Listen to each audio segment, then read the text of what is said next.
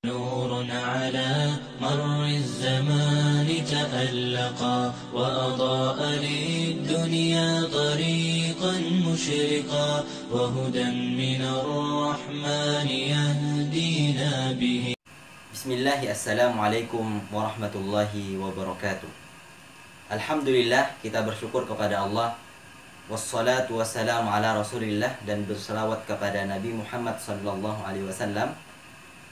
Sahabat iman, sahabat Islam, ikhwani wa akhwati, rahimani wa rahimakumullahu jami'an.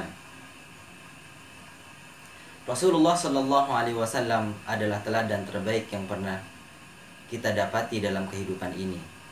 Pada majelis yang ke-12 ini, Syekh Al-Hudzaify dalam kitabnya Arba'una Majlisan fi Tarbiyatil Imaniyah menyampaikan tema tentang atharun sholihan, yaitu meninggalkan teladan yang baik untuk orang yang ada di lingkungan kita atau hidup bersama kita. Sahabat Islam, ikhwani wa akhwati, rahimani wa rahimakumullahu jami'an. Sungguh betapa indahnya akhlak Nabi Muhammad sallallahu alaihi wasallam. Hingga saat ini kita masih meneladani beliau, mengikuti sunnah-sunnahnya, mengamalkan semua sunnah, amalan, perilaku, sampai Ibnu Umar mengikuti sunnah Nabi Muhammad sallallahu alaihi wasallam sampai kepada telapak ataupun jejak Nabi saat beliau hidup di Madinah. Karena saking cintanya Abdullah Ibnu Umar kepada Nabi Muhammad sallallahu alaihi wasallam. Tentu sunnah-sunnah Nabi Muhammad sallallahu alaihi wasallam adalah teladan terbaik, contoh yang paling bagus untuk kita tiru. Namun pada kesempatan yang berbahagia ini ada beberapa amalan yang ingin disampaikan dalam kitab Arba'una Majlisan fi Tarbiyatil Imaniyah, 40 majelis ilmu dalam meningkatkan keimanan seseorang. Hadis Nabi Muhammad SAW yang artinya apabila seseorang telah meninggal maka akan terputus semua amalannya illa min thalath, kecuali ada 3 perkara, yaitu shadaqatun jariyah, sedekah jariyah, aw ilmin yuntafa'u bihi, atau ilmu yang diamalkan atau bermanfaat, aw waladin salih, atau anak yang saleh. Sahabat iman, sahabat Islam, ikhwani wa akhwati, rahimani wa rahimakumullahu jami'an. Beliau menyampaikan ataupun mensyarah, menjelaskan tentang hadis ini bahwa amalan itu terbagi menjadi 2. Ada amalun lazimun wa amalun muta'addin. Ada amalan ibadah yang kita lakukan itu hanya untuk diri kita saja. Seperti halnya kita sholat, itu untuk diri kita. Kita zikir, kita baca Quran, itu lazim. Pahalanya untuk kita dan akan terputus saat kita sudah meninggal. Adapun yang kedua, amalan yang kedua, yaitu amalun muta'addin, amalan yang bisa memberikan manfaat kepada orang lain, yang berdampak positif kepada orang lain. Seperti dalam hadis tadi, shadaqatun jariyah, sedekah jariyah. Misalnya seseorang diberikan kekayaan oleh Allah Azza wa Jalla, lalu dia pergunakan untuk bangun masjid, dia pergunakan untuk membangun yayasan anak yatim, atau dia menginfakkan tanahnya di jalan Allah dan dibangun, dimanfaatkan oleh umat Islam, maka dia mendapatkan pahala jariyah selama harta ataupun tanah yang diinfakkan tadi digunakan dalam kebaikan.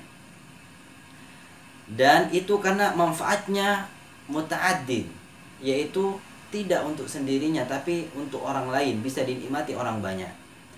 Dan yang kedua, ilmun yuntafa'u bihi, ilmu yang bermanfaat. Dan amalan jariyah yang paling agung dan paling mulia adalah menjadi guru Al-Quran, karena pahalanya akan terus mengalir ketika dia meninggal atau saat guru tersebut meninggal.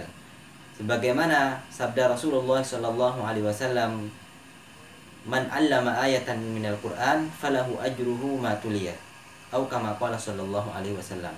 Barang siapa yang mengajarkan satu ayat dari Al-Quran atau satu bab ilmu, maka pahalanya baginya selama orang yang diajarkan membaca bacaan Al-Quran. Ini adalah beberapa bentuk amalan jariyah yang pahalanya terus mengalir saat seseorang sudah meninggal.